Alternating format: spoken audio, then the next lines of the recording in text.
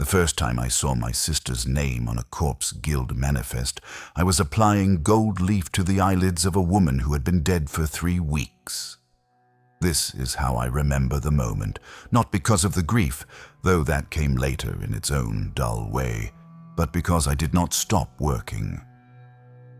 My hands continued their practiced movements, the thin sheets of precious metal settling into place with the gentleness that only repetition can teach, while somewhere in the back of my mind, a small voice noted that Lyra's body would be in the rendering vats by now, her flesh and bone and everything that had made her recognizable as my sister, reduced to the gray paste that fed the lower hab blocks.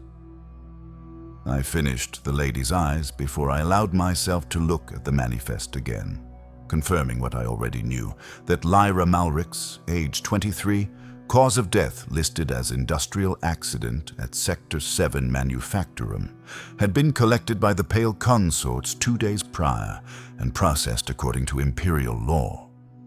The gold leaf on Lady Mortessa's face caught the light from my work lamps in a way that suggested divine grace, the Emperor's benediction made visible through my craft, and I remember thinking with perfect clarity that my sister would never receive such grace, that no one would prepare her body with love and skill, that she had gone into the grinders screaming or silent, and it made no difference because the end result was the same: protein and minerals separated from waste matter, packaged in standard containers, distributed through proper channels to the lower hives where people ate their daily rations without asking questions. Because asking questions about corpse starch was seditious, and sedition led to the very vats that had claimed Lyra. I am Theron Malrix, licensed Mortician of the Middle Hive on Varcosa Prime, and this is not a story about my sister's death, though her death is part of it. This is a story about the space between the living and the dead, about the industry of death in an empire where death is the most common and most necessary resource, about the way a man can spend his days making corpses beautiful while knowing with absolute certainty that his own flesh, his family's flesh, everyone he has ever loved or spoken to or passed on the walkways, will eventually feed the masses unless he can elevate them above the line that separates those who are buried from those who become food. Lady Mortessa had died of rejuvenate failure, her body finally rejecting the chemicals that had kept her young for 217 years, according to her family records. I had been working on her for 6 days, restoring the damage that final rejection had caused, the way her skin had begun to slough off in sheets, the way her organs had liquefied inside her while she still lived, screaming in pain that no amount of medication could touch because her nervous system had been rejuvenated so many times that it no longer responded to anything except agony. Her family paid me 60,000 thrones for this work, more than I would earn in 5 years of normal service, and every stroke of my brush, every application of synthetic skin, every carefully placed suture was an act of love, though not for her. I loved my craft. I loved the transformation of decay into dignity, the way I could take something broken and make it worthy of memory. I loved that I was good at something that mattered to people with power, and that this skill kept my own name off the Corpse Guild manifests. My workshop occupied a corner of the Middle Hive's funerary district, 3 rooms that smelled of embalming fluid and incense, with viewing chambers for clients and a preparation room where I performed the actual work.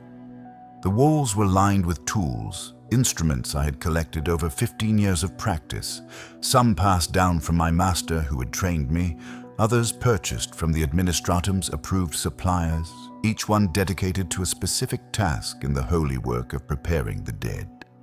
I had cutters for opening flesh, needles for suturing, brushes in 40 different sizes, bottles of fixative and preservative, drawers full of synthetic tissue in every shade of human skin, glass eyes in containers organized by color, dental prosthetics, bone saws, hydraulic lifts for moving bodies too heavy for one man, everything necessary to transform death into something families could look upon without horror.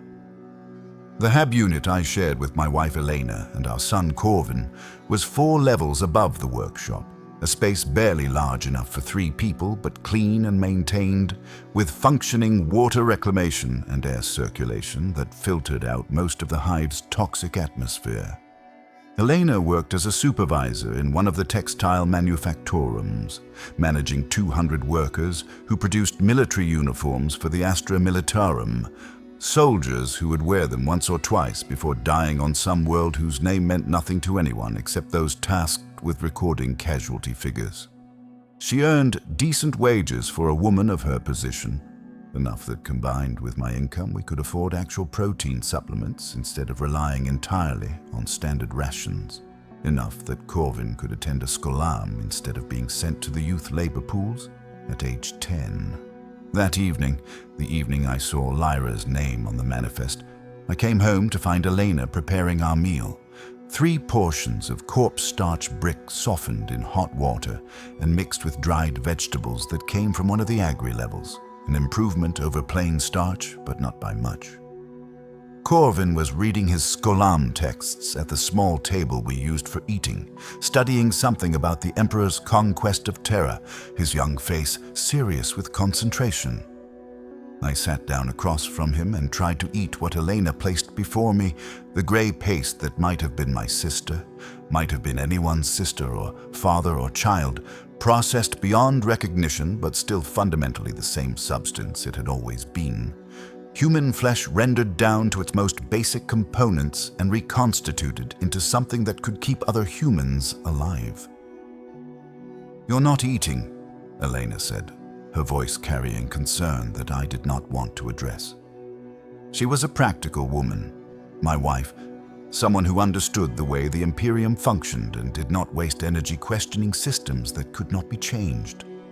I loved her for this practicality, even as I sometimes resented it, the way she could accept things I still struggled against in the privacy of my own thoughts.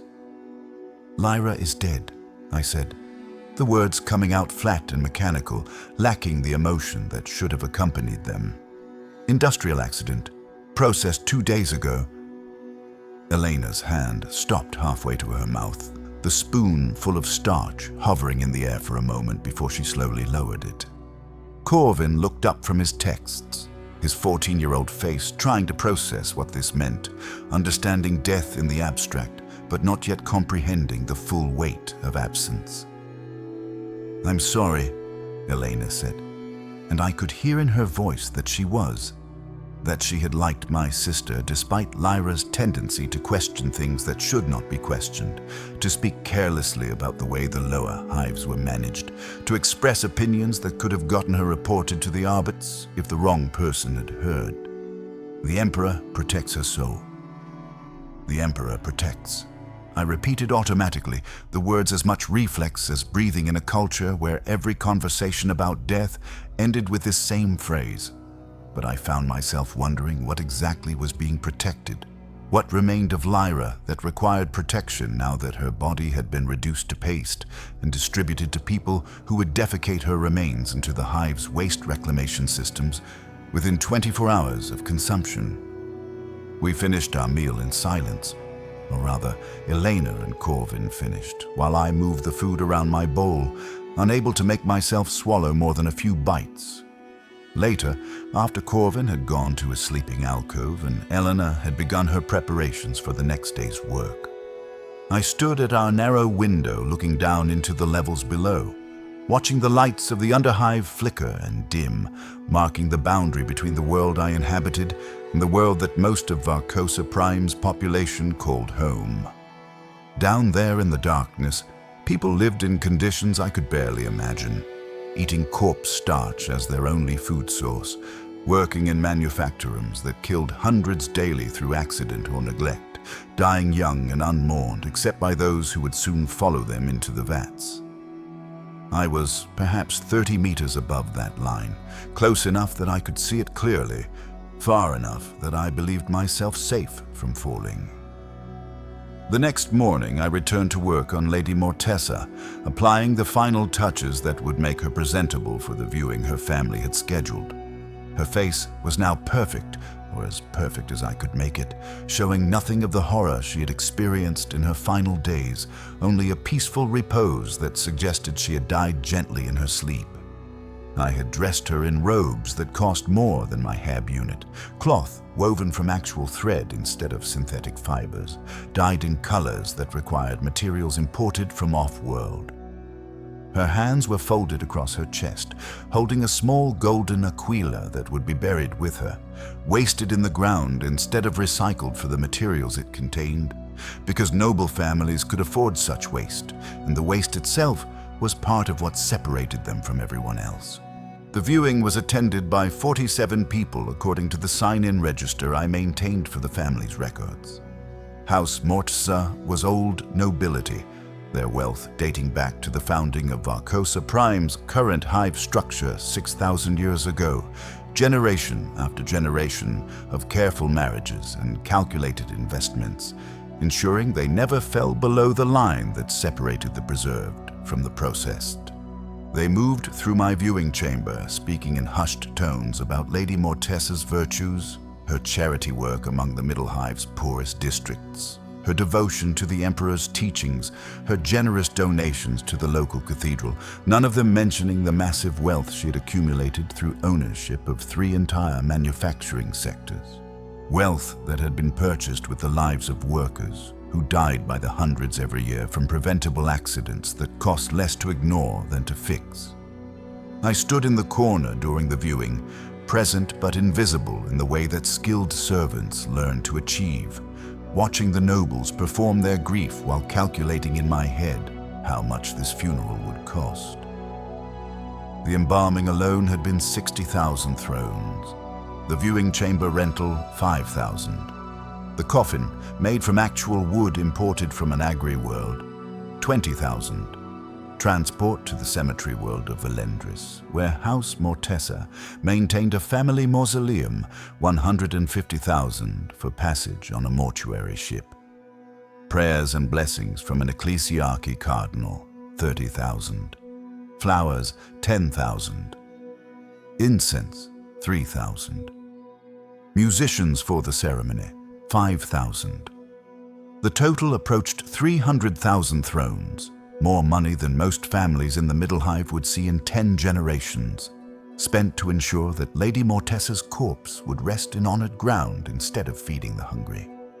Lord Grevin Mortessa, the lady's grandson and heir, approached me after the viewing had concluded, and most of the guests had departed. He was perhaps 50 years old, though rejuvenate made ages difficult to determine among the nobility, with the kind of face that suggested he had never experienced real hardship, never gone hungry, never wondered if tomorrow's rations would arrive. He handed me a credit chip, his manner suggesting this was a gesture of great generosity. "Exceptional work, Malrix," he said, his voice carrying the accent of the Spire nobility, each word perfectly pronounced in High Gothic before being translated to common speech. Grandmother would have been pleased to see herself looking so dignified. "You have a real gift." "Thank you, my lord," I said, bowing my head in the appropriate manner, taking the credit chip and making it disappear into my robes without looking at its value. "It is an honor to serve House Mortessa. She spoke highly of you after you worked on my uncle's funeral last year," Lord Mortessa continued, seemingly unaware that the dead do not speak and that his grandmother had never met me before her death. "We will certainly call upon your services again when the time comes. The Emperor willing, that will be many years hence." "The Emperor protects, my lord." He left, and I checked the credit chip in my private office, finding that it contained 20,000 thrones, more than I had expected, but exactly the kind of amount that nobles paid to ensure morticians did not discuss the things they saw while preparing bodies. Lady Mortessa's rejuvenate failure had been complicated by several venereal diseases she had contracted despite medical treatments, infections that suggested she had been frequenting establishments in the lower hives where such precautions were not reliably maintained, paying for pleasures she could not find among her own class. This information was irrelevant to her death. and would remain unspoken, buried with her in the Valendris mausoleum along with whatever other secrets she had accumulated over 2 centuries of life.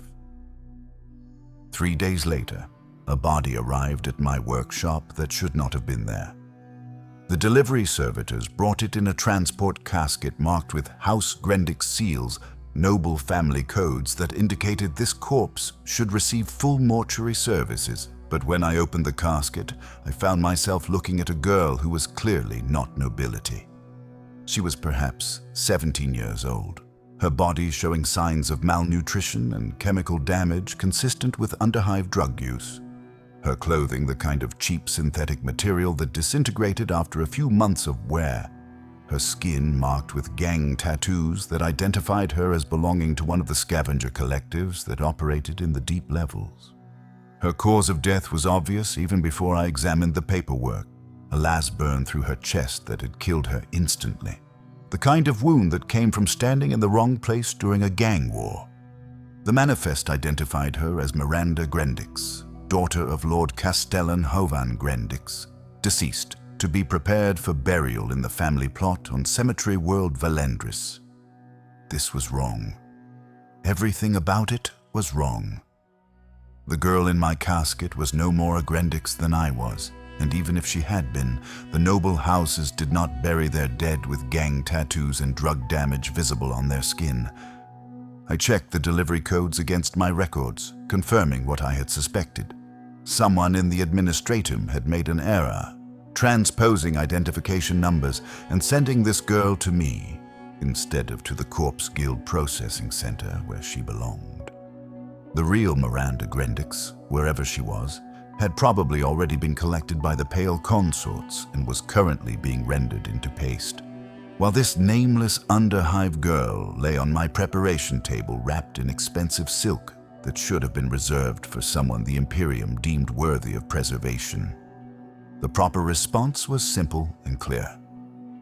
I should contact the administratum, report the error, arrange for the girl to be picked up by the Corpse Guild while the real Miranda Grendix's body was retrieved from the processing center and delivered to me. This would cause delays, require paperwork, potentially embarrass someone in the bureaucracy, but it was the correct procedure, and I had always been a man who followed correct procedures because following procedures kept you alive in the Imperium. I stared at the girl for a long time, this stranger who had died violently in some underhive tunnel, whose body should have been processed without ceremony or mourning, whose existence had meant so little to anyone that no one would notice or care when she disappeared into the vats. She had Lyra's bone structure, I noticed, the same sharp cheekbones and narrow chin, though her face was younger and had not yet developed the lines that came with adulthood. She could have been my sister's daughter in another life, or my daughter, or anyone's daughter in a galaxy that produced billions of daughters and cared about none of them except those lucky enough to be born into families wealthy enough to spare them from the grinders. I made a decision that changed everything, though I did not understand this at the time. I did not report the error. Instead, I began to work. The preparation took me 3 days, longer than necessary, but I wanted it to be perfect, wanted to prove to myself that I could make this nameless girl as beautiful as any noble lady, that my skills were not reserved only for those who could afford them. I cleaned her body thoroughly, removing the dirt and chemical residue that marked her life in the underhive, careful not to disturb the last burn wound because it would be hidden beneath her burial clothes. I repaired the malnutrition damage where I could, filling out her cheeks with synthetic tissue, making her face look as it might have if she had eaten properly for the past year.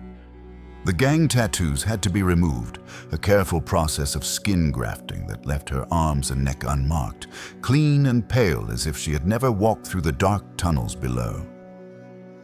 I fixed her teeth, replacing the rotted ones with ceramics that matched the color of healthy enamel, made her hair presentable by washing and styling it in the manner of Middle Hive citizens, dressed her in a simple but dignified gown that I purchased with my own money from a textile merchant who asked no questions about why a mortician needed clothing in that particular size. When I finished, she looked like what she should have been, a young woman who had died too soon but who had lived a life worthy of remembering. Someone whose family would have mourned her properly if the Imperium had allowed such families to exist below a certain economic threshold. I paid for a funeral myself at one of the public cemeteries that served the Middle Hive's lower classes. A small ceremony attended by no one except me and the priest I hired to read the proper prayers over her grave. The priest asked if I was family, and I said yes, lying, because in a way it felt true, because she could have been family, because someone should acknowledge that her death mattered even if that someone was a stranger who knew nothing about her, except that she had died violently and alone.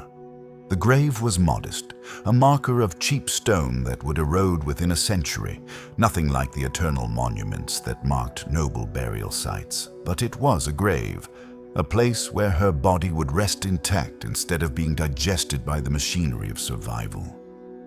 I stood there after the ceremony ended, looking at the name I'd chosen for her, Serana Unknown, the first name I thought suited her face, and the second, acknowledging that she would always be a mystery to anyone who visited this place. I felt something strange in my chest as I stood there, not quite grief because I had not known her, not quite pride because what I had done was technically illegal, but something that combined both emotions into a feeling I could not name. The administratum never questioned what had happened to the girl's body. The real Miranda Grendix had indeed been processed along with thousands of others, and apparently someone in the bureaucracy had simply noted the error and corrected it without investigating where the misdelivered corpse had gone. No one cared enough to follow up because underhive girls died by the hundreds every day, and one more or less made no statistical difference. That night I came home and managed to eat my evening meal without thinking about what it might contain, without calculating whether the paste on my plate had been processed from people I knew or strangers I would never meet. Elena noticed the change in my mood, but attributed it to the natural passage of grief, assuming that I had finally accepted Lyra's death in the way that citizens of the Imperium learn to accept all deaths as necessary and unavoidable parts of the system that kept humanity alive in a galaxy that wanted us dead. She was wrong. I had not accepted anything. I'd simply found a way to preserve one small piece of dignity in an empire built on the industrial processing of human remains. 2 weeks later, I received an invitation that would change the course of my life, though I did not recognize it as such at the time. The message arrived on expensive paper, delivered by a servo skull marked with House Varendal's colors, requesting my presence at dinner in the upper hive to discuss a potential employment opportunity. House Varendal was one of the oldest and wealthiest families on Varcosa Prime, their holdings including entire hive sectors, manufacturing complexes, off-world mining operations, and a private military force larger than some planetary defense forces. Being noticed by House Varendal was the kind of opportunity that came once in a lifetime, the chance to elevate oneself from the Middle Hive's precarious existence to something approaching real security. The dinner was held in Lord Castellan Remus Varendal's personal residence, a space so large it occupied an entire level of the spire, with windows that showed real sky instead of recycled air and artificial light, walls decorated with art that dated back to before the Age of Strife. Furniture made from materials I could not identify but knew must cost more than most people earned in their entire lives. I was escorted through corridors by servants wearing livery that probably cost more than my heb unit, eventually arriving at a dining room where Lord Varendal waited with his immediate family, 7 people who represented more wealth and power than existed in the entire Middle Hive below. Lord Varendal was ancient, his age difficult to determine, but certainly exceeding 300 years based on the quality of his rejuvenate treatments. His body maintained in perfect physical condition despite the centuries he had lived. He greeted me with courteous warmth that felt genuine even though I knew it was performance, the skill that nobles developed for managing their social inferiors without making them feel inferior. Malrix, he said, his voice carrying the kind of authority that came from generations of command. "Thank you for accepting my invitation. I've heard excellent things about your work from several families whose members you have prepared. Lord Mortessa, in particular, spoke highly of your discretion and skill." "You honor me, my lord," I said, using the formal phrases that citizens learned for addressing nobility, aware that every word I spoke was being evaluated, that this entire dinner was an extended test to determine if I was worthy of whatever opportunity House Varendal planned to offer. The meal was beyond anything I'd experienced. Real food from agri-worlds, grox meat that had never been processed into paste, vegetables grown in actual soil instead of nutrient vats, wine that tasted of things I could not identify but knew were expensive because they existed solely for the pleasure of tasting them. I ate carefully, trying not to show my unfamiliarity with the proper methods for consuming food that came in pieces instead of uniform blocks, aware that the Varendal family was watching my manners as much as listening to my conversation.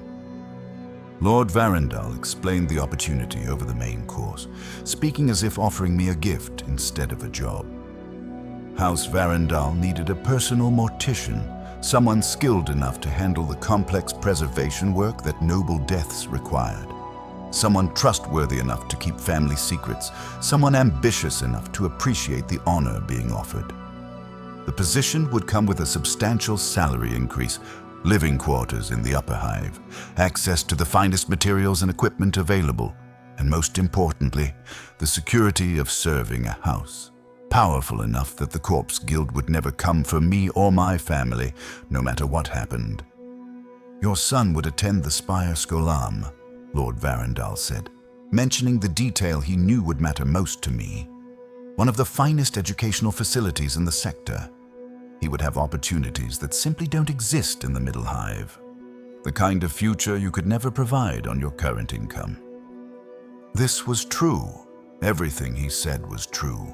The position represented salvation, the chance to lift my family above the line permanently, to ensure that when Elena and I died, we would rest in marked graves instead of being processed like my sister, that Corvin would grow up with advantages that might let him rise even higher than the upper hive, perhaps joining the Administratum or the Ecclesiarchy or one of the other Imperial institutions that offered power and security to those fortunate enough to gain entry.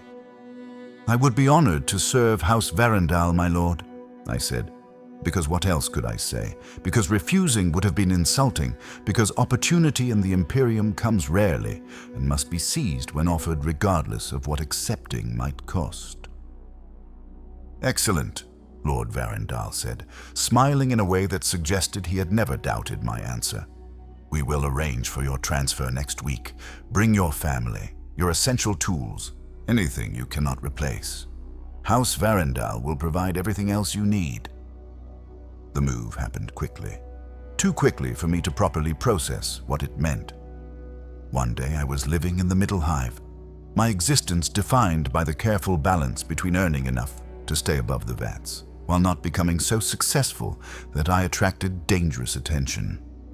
The next, I was in the upper hive, my new workshop occupying a space larger than my entire previous HAB unit, equipped with tools and materials I'd previously only read about in technical manuals.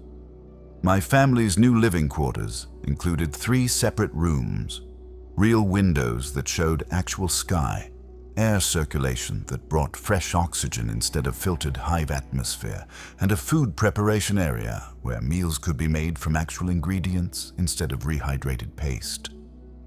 Elena struggled with the transition in ways I had not anticipated. She was uncomfortable in the upper hive, felt watched and judged by servants who had been born into better positions than she had achieved through decades of work.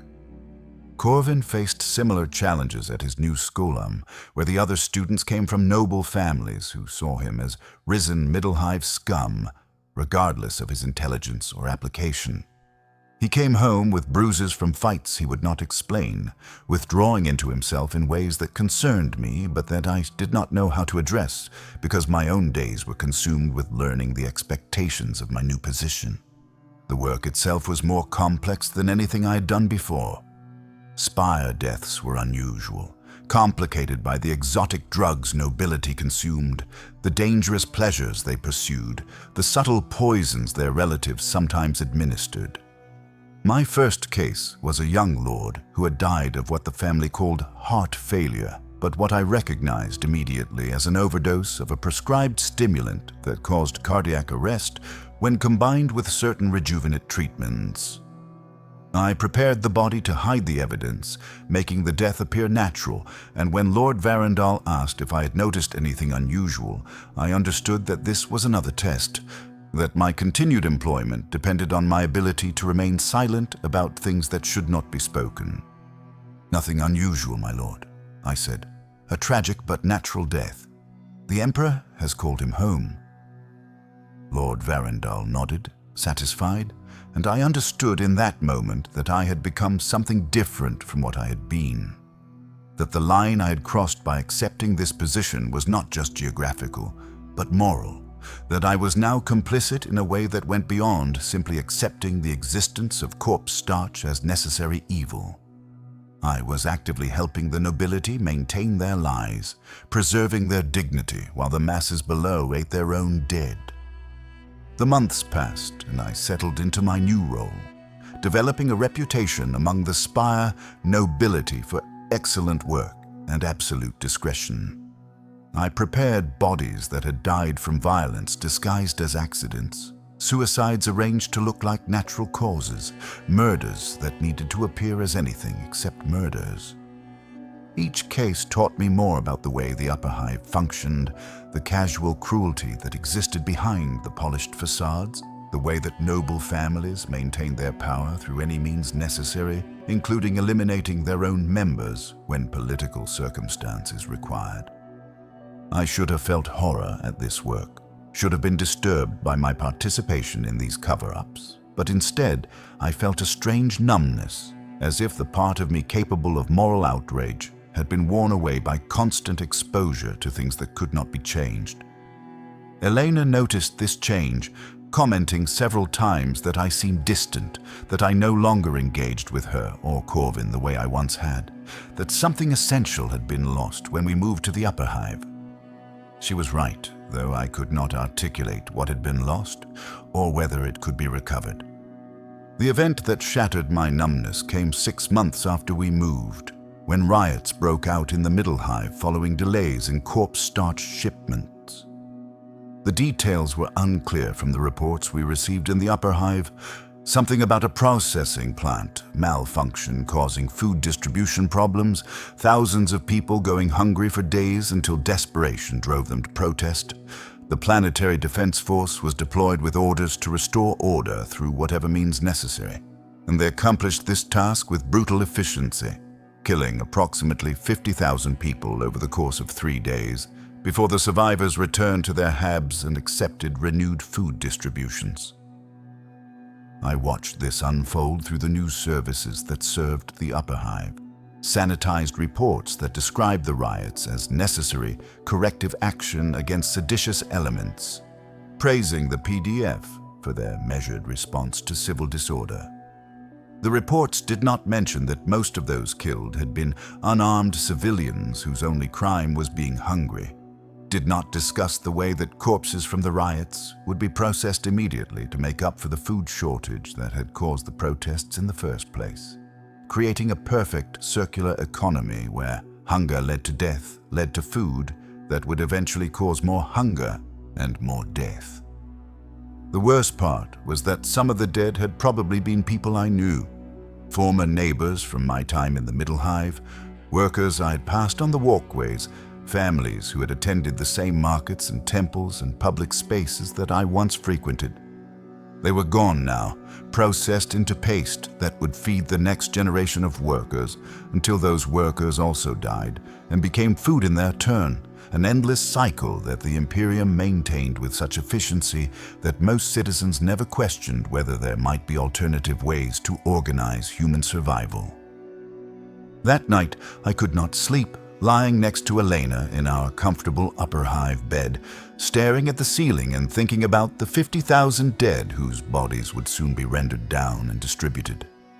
I thought about Lyra, wondered if she had been processed alone or as part of a larger group, whether she had known what was happening to her in those final moments before the industrial grinders started their work, whether dying in an accident was better or worse than dying in a riot suppression, because at least the accident was quick and you did not know beforehand that your body would become food. "Are you awake?" Eleanor whispered in the darkness, her voice careful, knowing that what she was about to say might not be welcome. "Yes," I said, because pretending otherwise would have been pointless. "We made the right choice," she said, not asking but telling me, trying to convince herself as much as me. "Moving here. Giving Corvin a future. We made the right choice." "Did we?" I asked, the question escaping before I could stop it, before I could apply the mental filters that kept dangerous thoughts from becoming dangerous words. 50,000 people just died so we could sleep peacefully in our comfortable rooms. "They died because they rioted," Elena said, her voice taking on the defensive tone she used when I questioned things she needed to believe. "They broke the Emperor's law. They disrupted the order that keeps all of us alive. If the Imperium allowed such behavior to continue, civilization would collapse and we would all die." This was the official line, the explanation that news services provided, the justification that citizens were expected to accept without question. It was also probably true in some technical sense that maintaining order in a population of billions required harsh responses to disorder, that allowing riots to continue would create cascading failures in the systems that kept hive worlds functioning. But it was also true that the riots had been caused by failures in those same systems, that people had died because food distribution had broken down, that the food distribution had broken down because the processing plant had malfunctioned, that the plant had malfunctioned because maintenance had been deferred to save money, that money had been saved because profits needed to be maintained for investors who lived in places like the upper hive and who never saw or thought about the consequences of their financial decisions. I did not say any of this to Elena because saying it would have changed nothing and might have put us both in danger if the wrong people heard about my thoughts. Instead, I lay silent until she fell asleep, then rose and went to my workshop where I stood looking at the body I was currently preparing. Some minor noble who had died of old age at 197 years, who would be buried with full ceremony in a family plot that had existed for millennia, whose grave would be maintained and decorated for generations, while 50,000 anonymous dead became paste to sustain the living who would someday become paste in their turn. The turning point came 9 months into my service to House Varendal, when I was called to prepare the body of Lady Seraphine Varendal, Lord Remus's great-granddaughter, and one of the younger members of the family's core bloodline. She had died suddenly at age 34, officially from a brain aneurysm, but actually, as I discovered during my examination, from systematic poisoning that had been administered over the course of several months, trace amounts of a toxic compound that would have been undetectable during life, but that left distinctive markers in her tissues after death. The poisoning was sophisticated, the kind that required medical knowledge and access to restricted substances, suggesting it had been done by someone within House Varendal rather than an outside enemy. As I worked, cataloguing the evidence purely out of professional habit because cataloguing evidence was what proper mortuary work required, I began to understand the implications of what I was finding. Someone had murdered Lady Seraphine. Someone who would not want that murder exposed. Someone powerful enough within House Varendal to have gained access to her private quarters repeatedly over months without arousing suspicion. I was considering how to handle this information, whether to mention my findings to Lord Varendal or simply prepare the body to hide the poisoning and say nothing, when Lord Castellan Dravius Varendal entered my workshop uninvited. He was Lord Remus's son and heir, commander of House Varendal's private military forces, a man whose reputation for ruthless efficiency was matched only by his political ambitions. He stood watching me work for several minutes without speaking, his presence making clear that my workshop was not actually my private space, but rather another room in a house where I was merely a well-paid servant. "What have you found?" he asked finally, his voice carrying no emotion beyond mild curiosity, as if asking about the weather rather than the circumstances of his cousin's death. I could have lied, should have lied. But something in his manner told me that lying would be pointless, that he already knew what I had found because he had expected me to find it, that this entire situation was a test of my loyalty and discretion more direct than any previous test I had faced. "Systematic poisoning, my lord," I said, keeping my voice professional and neutral. "Administered over several months. A sophisticated compound that mimics natural brain dysfunction, very difficult to detect during life. And what do you plan to do with this information?" he asked, moving closer to the preparation table, looking down at his cousin's body with the same clinical detachment I used when examining corpses. "Whatever you instruct me to do, my lord," I said, understanding now that he had been the poisoner, that Lady Seraphine had died because she represented some kind of political threat or inconvenience, that her death had been carefully planned to look natural, and that my discovery of the truth was not an accident, but another calculated step in whatever game the Varendal family played among themselves. "Good," he said, smiling slightly, apparently satisfied with my answer. "You understand discretion. That is a valuable quality, Malrix. One that House Varendal rewards appropriately." He left without further comment, and I returned to my work, preparing Lady Seraphine's body to hide all evidence of poisoning, making her death appear exactly as the family wanted it to appear. As I worked, I thought about the nameless girl I had buried, Serana Unknown, whose body I had preserved as an act of pointless defiance against a system that could not be defied. And I understood that whatever moral clarity I had possessed when making that decision was gone now, that I had become exactly the kind of person who participated in evil, not because I supported it, but because refusing to participate would have cost me everything I had gained. The realization should have devastated me. Instead, it produced only that same strange numbness, the emotional distance that seemed to grow with each compromise. I made, each secret I kept, each body I prepared to hide truths that needed hiding.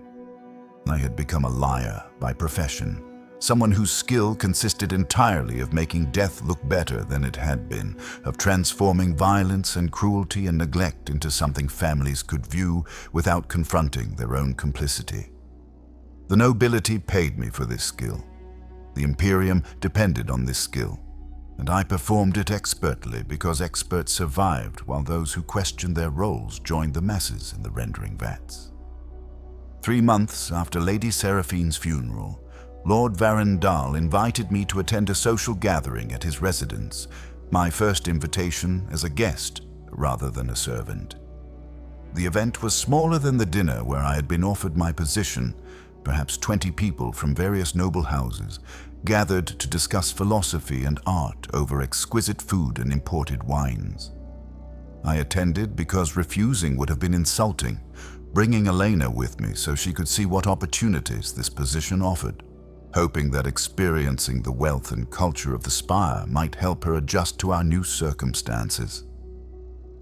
The evening began pleasantly enough, with polite conversation about topics that required education to understand, but not intelligence to discuss, the kind of social performance that nobility excelled at because they were raised to it from birth.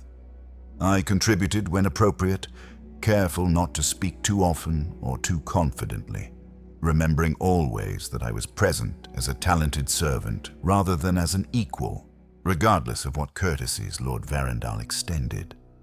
The conversation shifted during the main course, moving from safe topics like art and architecture to more philosophical questions about the nature of imperial society, the relationship between classes, the way that resources needed to be allocated to maintain civilization. One of the guests, Lord Hadrian Korvax from a rival house, began speaking about resource management in hive cities, specifically about the corpse starch system and whether alternative food production methods might be more efficient. "The processing of deceased citizens is necessary," Lord Korvax said, his voice carrying the tone of someone discussing an academic problem rather than the deaths of billions. "But I wonder if we are optimizing the resource correctly. So much biomass is lost to inefficiency in the collection and rendering process. With better organization, we could increase food production by 15 or 20% simply by reducing waste." "An interesting calculation," another guest replied, Lady Thessia Mordax, who managed several processing plants, "though you must consider the cultural factors. The lower classes require the illusion that death carries meaning, that they are not simply resources to be consumed. Too efficient collection might create social instability that would cost more than we gain from improved processing." The conversation continued in this manner, discussing human beings as if they were mineral deposits or agricultural products, calculating the optimal methods for turning them into food with the same detached analysis that might be applied to any industrial process. I listened in growing horror, not because they were saying things I did not already know, but because they were saying them casually, openly, without shame or hesitation, confident that everyone present understood and accepted the fundamental truth that human life had value only insofar as it served the interests of those powerful enough to make such determinations. At one point, Lord Varendal made a joke about whether anyone had ever accidentally eaten someone important, whether the corpse starch they consumed might contain genetic material from someone's ancestor, and everyone laughed, finding genuine humor in the thought that nobility might unknowingly consume the poor in the same way the poor knowingly consumed each other. The joke landed because everyone present knew with absolute certainty that they would never be processed, that their wealth and position protected them from the vats no matter what happened, that death for them meant preservation and memorialization, while death for everyone else meant continuing to serve the Imperium as food. I looked at Elena during this conversation, seeing on her face the same horror I felt, the sudden understanding that we had not elevated ourselves into a better world, but rather into a place where the casual cruelty of the system was spoken aloud instead of hidden behind bureaucratic language. We had known these things intellectually, had lived with the reality of corpse starch for our entire lives, but we had never heard nobility speak about it with such open contempt, such complete absence of empathy for those below them. We left the gathering early, claiming Elena felt unwell, and returned to our quarters, where we sat in silence for a long time trying to process what we had heard. Finally, Elena spoke, her voice careful, choosing words that might not be seditious if anyone was listening through the monitoring systems that probably existed in every upper hive residence. "They think we're just meat," she said quietly. "They've always thought that. We knew it, but I don't think we really understood it until tonight." "We are meat," I said, the words bitter in my mouth. "That's the truth they understand that we pretend not to. Everyone in the Imperium is either meat that can buy its way out of the grinders or meat that can't. We bought our way out. That makes us luckier than most, but it doesn't change what we are." Elena had no response to this because there was no response, because I had spoken aloud something that citizens were supposed to understand privately but never acknowledge openly. We went to bed without further discussion, lying together in expensive sheets in our comfortable rooms, high above the place where we had been born, protected from the rendering vats by our usefulness to people who saw us as sophisticated meat that had learned to perform valuable services. The final breaking point came 2 years into my service to House Varendal, when Elena was arrested by the Adeptus Arbits for unauthorized resource distribution. The charges explained that she had been traveling to the Middle Hive during her free time, bringing food from our Upper Hive allotments to distribute among our former neighbors, that she had been doing this for months without permission, that such actions constituted fomenting discontent among the lower classes, by suggesting their standard rations were inadequate. The trial was perfunctory. the kind of legal proceeding that existed only to document decisions already made. Elena was found guilty within an hour of her arrest, sentenced to death for sedition, scheduled for execution within 3 days. The speed was intentional, designed to prevent any possibility of appeal or intervention, ensuring that seditious behavior would be punished immediately to discourage others from similar actions. I went to Lord Varendal immediately upon learning of Elena's arrest, threw myself on his mercy in the manner that clients were supposed to throw themselves on the mercy of patrons, begging for intervention that I knew he could provide if he chose, because House Varendal's influence extended to the arbits and the judiciary and every other institution that maintained order in the hive. He listened to my pleading with polite attention, his face showing the appropriate concern, waiting until I had exhausted myself before responding. "Your wife broke the law," he said gently, as if explaining something to a child. "She endangered the social order that keeps us all safe. I cannot intervene in a matter of imperial justice simply because I employ you, Malrix. That would suggest House Varendal puts personal loyalty above the Emperor's law, which would be heretical and dangerous." "Please, my lord," I said, shame burning through me as I continued begging despite knowing it was pointless. She meant no harm. She was only trying to help people who were hungry. Surely that mercy can be shown, some commutation of sentence, exile instead of execution. "The law is clear," Lord Varendal replied, his voice remaining gentle even as he pronounced what amounted to Elena's death sentence. "Sedition requires death. However, I can offer you something within my power. Your wife's body can be preserved properly, buried instead of processed. She will rest in dignity rather than becoming food. That is the limit of what I can provide." This was presented as generosity, a gift that demonstrated House Varendal's benevolence toward loyal servants. In reality, it was extortion, a way of ensuring my continued service by showing that my family's fate depended entirely on Lord Varendal's goodwill. I could accept his offer and prepare my own wife's body for burial, or I could resign my position and watch both Elena and myself processed by the Corpse Guild for failure to show proper gratitude to our patron. "Thank you, my lord," I said, hating myself, hating him, hating the system that made this exchange necessary, but accepting because acceptance was the only option available to someone in my position. "Your mercy honors my family." Elena was executed by firing squad in one of the hive's public execution yards, killed cleanly with laser guns that left her body intact enough for preservation. The arbits delivered her corpse to my workshop, still wearing the prison garments in which she had died, a synth-weave jumpsuit marked with penal codes and execution authorizations. I removed these garments carefully, bagging them for disposal, then began the work of preparing the woman I had loved for more than 20 years. The preparation was the most difficult work I had ever performed, my hands shaking as I cleaned her body, applied the preservative compounds that would prevent decay, repaired the damage from the execution.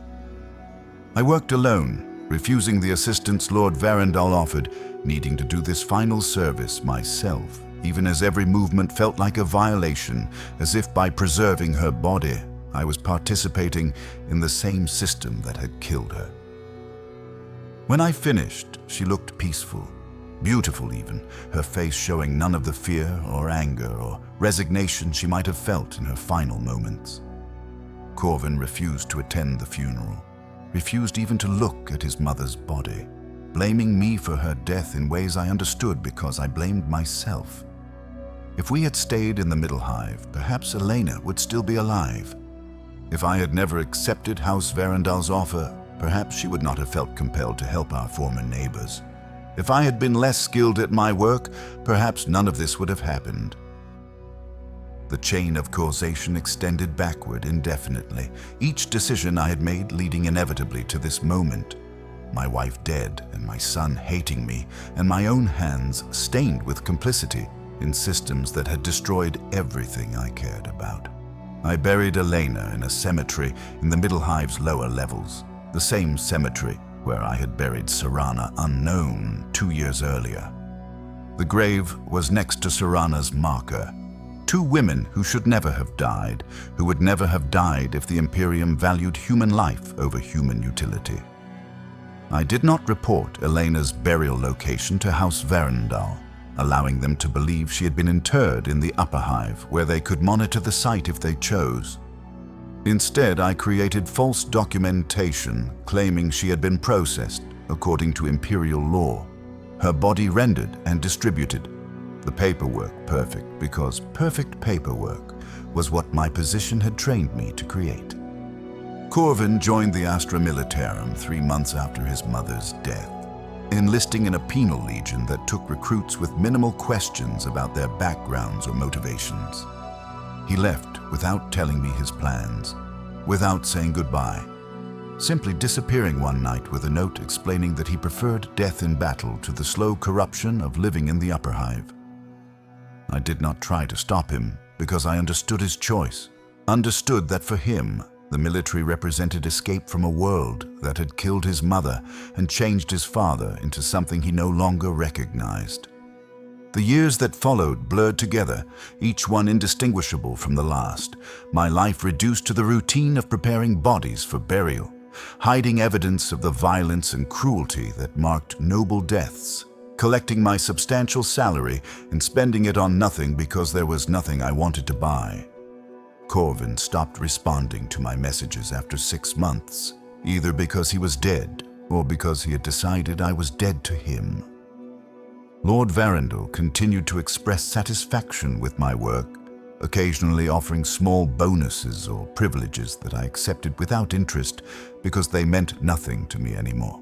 I became what the Imperium required, a perfect servant who performed his function without complaint or hesitation, who kept secrets that needed keeping, who transformed death into something presentable so that families did not have to confront the reality of what they had lost. I was very good at this work. I was probably the best mortician on Varcosa Prime, my reputation such that noble families specifically requested my services, willing to pay premium rates to ensure their deceased relatives received preparation from Theron Malrix, whose discretion was absolute and whose skill was unmatched. The emptiness of this success was matched only by the emptiness of my daily existence, going through motions that no longer had meaning, eating food I no longer tasted, sleeping in a bed that felt too large, without Elena's presence. Existing without living because living required caring about something, and I had lost the capacity to care. The numbness that had begun when I first moved to the upper hive had spread until it consumed everything, replacing emotion with a gray static that made all experiences feel distant and unimportant. The breaking came 5 years after Elena's death, though breaking is perhaps the wrong word because nothing actually broke. I simply stopped pretending that any of it mattered. Lord Remus Varendal died of natural causes at age 334, his body finally succumbing to rejuvenate failure despite the best medical treatments available in the sector. His will specified that I should prepare his body, a final honor that demonstrated his trust in my skills and discretion. I worked on him for a week, creating what was objectively my finest preparation, Lord Varendal looking in death more vibrant and powerful than many living men, his face showing wisdom and benevolence that he had never actually possessed in life, his body arranged in state as if he were merely sleeping before rising to perform great deeds for the Emperor's glory. As I worked, I discovered a hidden augmetic implant in his skull, a data storage device that contained detailed records of House Varendal's operations over the past 2 centuries, everything from murder to embezzlement to dealings with Xenos traders, enough evidence to destroy the house utterly if submitted to the proper Imperial authorities. I extracted the device carefully, examining its contents in my workshop's secure systems, reading through generations of crimes committed in the name of profit and power. The information was comprehensive, meticulously documented by Lord Varendal himself for reasons I could not determine, perhaps as insurance against his own family, perhaps simply as a record of his accomplishments in the cutthroat world of noble politics. Every crime was there, documented with dates and witnesses and evidence sufficient to prove guilt by Imperial standards. For 3 days, I considered what to do with this information, understanding that I held the power to bring justice to House Varendal for their crimes, to expose the corruption that had killed Elena and enabled the deaths of millions more through systematic exploitation of the lower classes. I could take the data to the Inquisition, to the Arbits, to any of the various Imperial institutions that theoretically enforced law and maintained order. I could destroy House Varendal and perhaps in that destruction find some meaning, some purpose for my continued existence. But in the end, I did nothing. I destroyed the device, erased the data, committed the evidence of centuries of crime to oblivion because I understood with perfect clarity that destroying House Varendal would change nothing.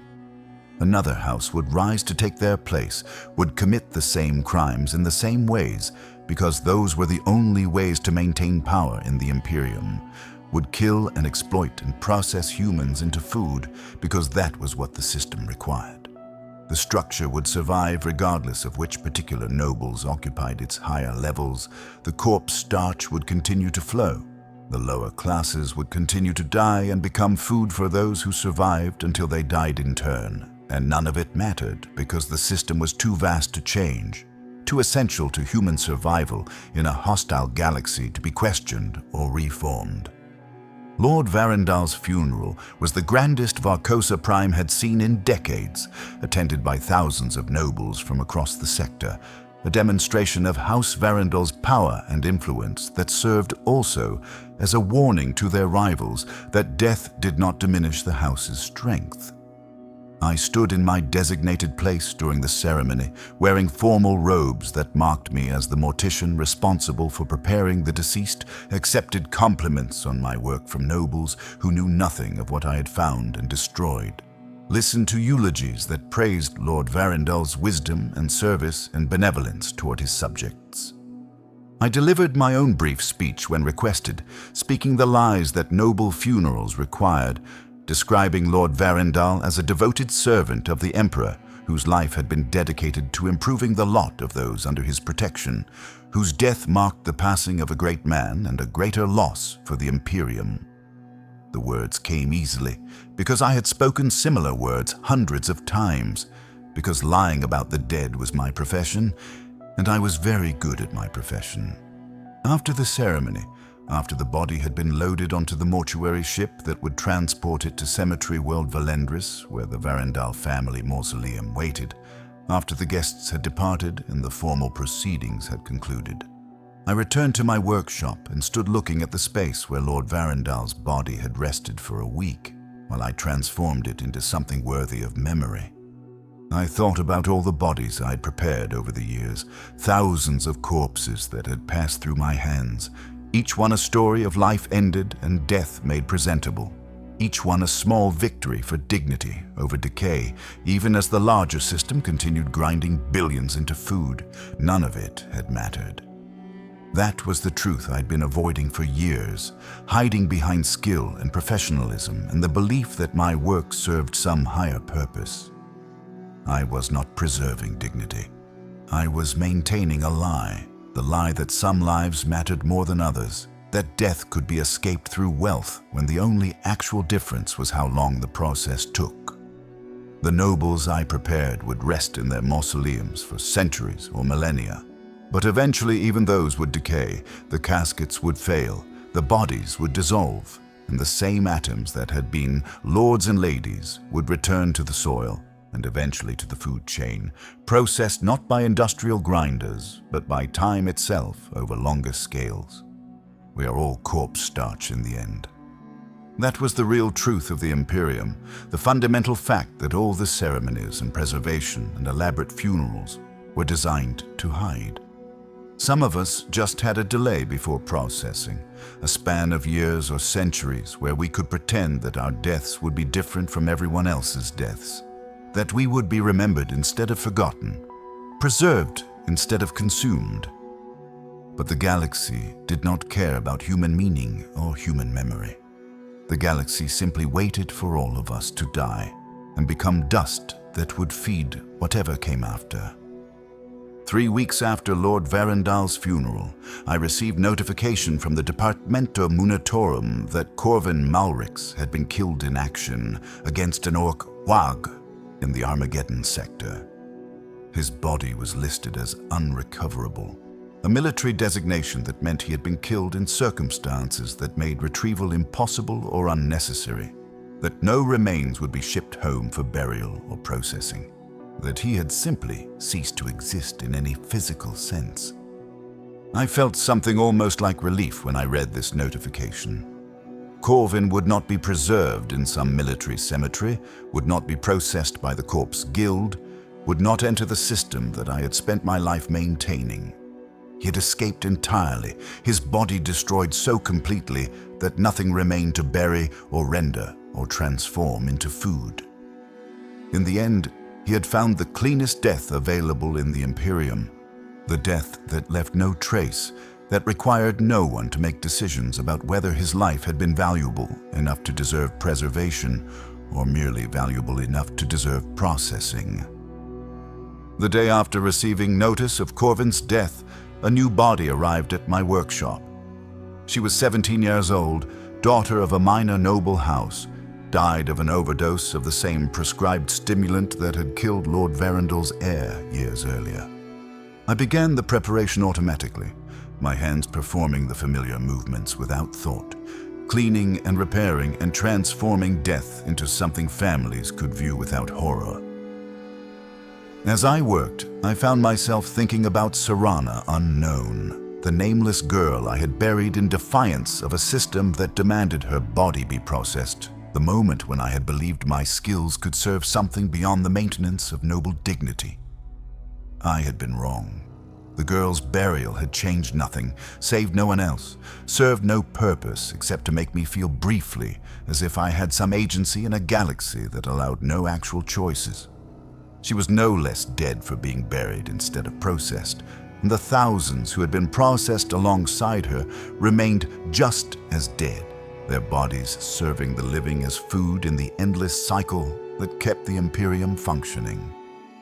I finished preparing the young noble girl, making her beautiful in death as her family would expect, hiding the evidence of her self-destruction so they could remember her as tragic rather than wasteful. When I finished, I stood looking at her, seeing not a person but a body, raw material that I had processed into something presentable, no different in substance from the corpse starch that filled the bellies of the underhive masses, except in the care with which she was being handled. That night, I stood at the window of my upper hive residence, looking down into the levels below, watching the lights of the middle hive flicker in the eternal twilight of the hive city, seeing beyond them to the darkness of the underhive, where billions lived and died without anyone noticing or caring, where bodies were processed so efficiently that the dead fed the living before they had time to grow cold. I thought about Elena, buried in her hidden grave, about Lyra, rendered into paste, about Corvin destroyed somewhere in the fires of war, about all the bodies I had prepared, and all the bodies I would prepare before my own death came. "The Emperor protects," I whispered. The words automatic, meaningless, the phrase that every Imperial citizen learned to repeat, regardless of whether they believed it. But the Emperor did not protect. The Emperor consumed. The Imperium was built on consumption, on the endless processing of human bodies and human lives into resources that sustained other human bodies and human lives until they too were consumed in their turn. I was part of this consumption, an essential component in the machinery that kept the system functioning, preserving some bodies so that others could be processed without guilt, maintaining the lie that death could be dignified when the truth was that death was simply death, rendered meaningful only by the living who needed to believe their own deaths would carry meaning. Tomorrow, another body would arrive. I would prepare it with the same skill I had applied to thousands of previous bodies, hiding whatever truths needed hiding, making death presentable for the families who paid my substantial fees. I would continue this work until I died, at which point House Varendal would honor my decades of service by preserving my body, by burying me in a marked grave where I would rest for as long as the Imperium maintained cemetery worlds and noble families maintained their mortuary customs. And eventually, even that preservation would fail. The systems would collapse or evolve beyond the need for such wasteful customs, and my carefully prepared corpse would decay into the same base elements that had sustained me during life, returning to the cycle from which no one actually escaped. We are all corpse starch in the end. Some of us just have a delay before processing. This was the only truth that mattered in the Imperium, the fundamental fact around which all of human civilization in the 41st millennium was organized. I'd spent my life helping people deny this truth, and I would continue to spend my life helping people deny it, because denial was what I was paid for, because maintaining the lie was what kept the system functioning, because in the grim darkness of the far future, there was only death and those who made it presentable. "The Emperor protects," I whispered again, standing at my window looking down into the endless hive, the words carrying no conviction, no faith, no meaning beyond the automatic reflex of a lifetime's conditioning. "The Emperor protects," and in the morning I would return to my workshop and begin preparing another body, and the work would continue until my own body required preparation, and after that the work would continue still, performed by some other skilled craftsman who had learned the same lesson I had learned, that preservation was an illusion and dignity was a lie, but that both were necessary fictions without which the Imperium could not function. In the grim darkness of the far future, there is only death, and the endless industry of making death look like something other than what it actually is. Consumption dressed in ceremony, the mechanical transformation of human remains into resources that sustain other humans, who will themselves become resources in their turn, forever and always. World without end. The Emperor protects.